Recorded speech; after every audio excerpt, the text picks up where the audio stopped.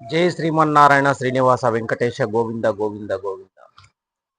స్వామి, ఇప్పుడు ఈ వీడియో మబ్బులో తీసేకి కారణం ఏమంటే, మబ్బులో ఉండే వాళ్ళని మేలు దానికోసం.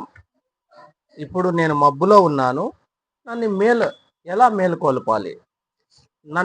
నాకి నేనే ఉదాహరణ. ఇంకొక మనిషిని పెడితే మళ్ళా తనే ఊరో తనేదో అక్కడ అంటారు కదా, ఆ విషయం గురించే.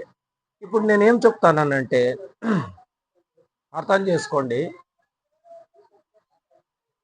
నీకు మబ్బులో ఉంటే నువ్వు కనిపిస్తావా?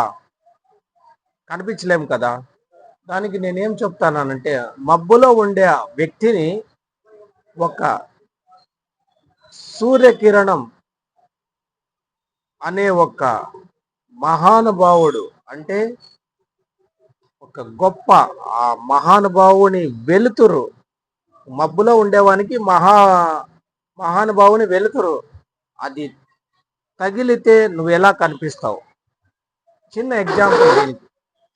ఇలా ఉంటారు మనుషులు, మబ్బులో ఉంటావు కానీ బయట ప్రపంచానికి తెలియవు. దానికోసం ప్రతి ఒక్కరూ ఈ మబ్బులో నుంచి బయటపడండి, అర్థం చేసుకోండి, వెళ్తర్లేక రాండి. ఎలా ఉండాలంటే జీవితం వేల చుక్కలు, ఒక్క చంద్రుడు,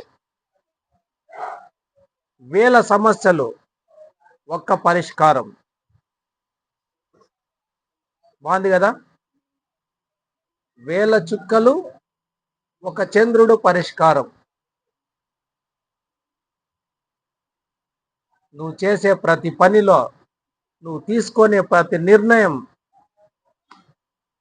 అలాగే ఉండాలి. దానికోసమే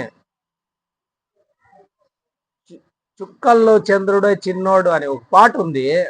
ఆ పాటే కానీ దాంట్లో మీనింగ్ ఇదే విషయం. చుక్కల్లో చంద్రుడు.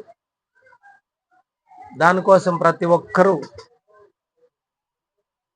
బయటపడాలా, ప్రపంచానికి నువ్వెవరో తెలియాలా. దానికోసమే ఈ వీడియో.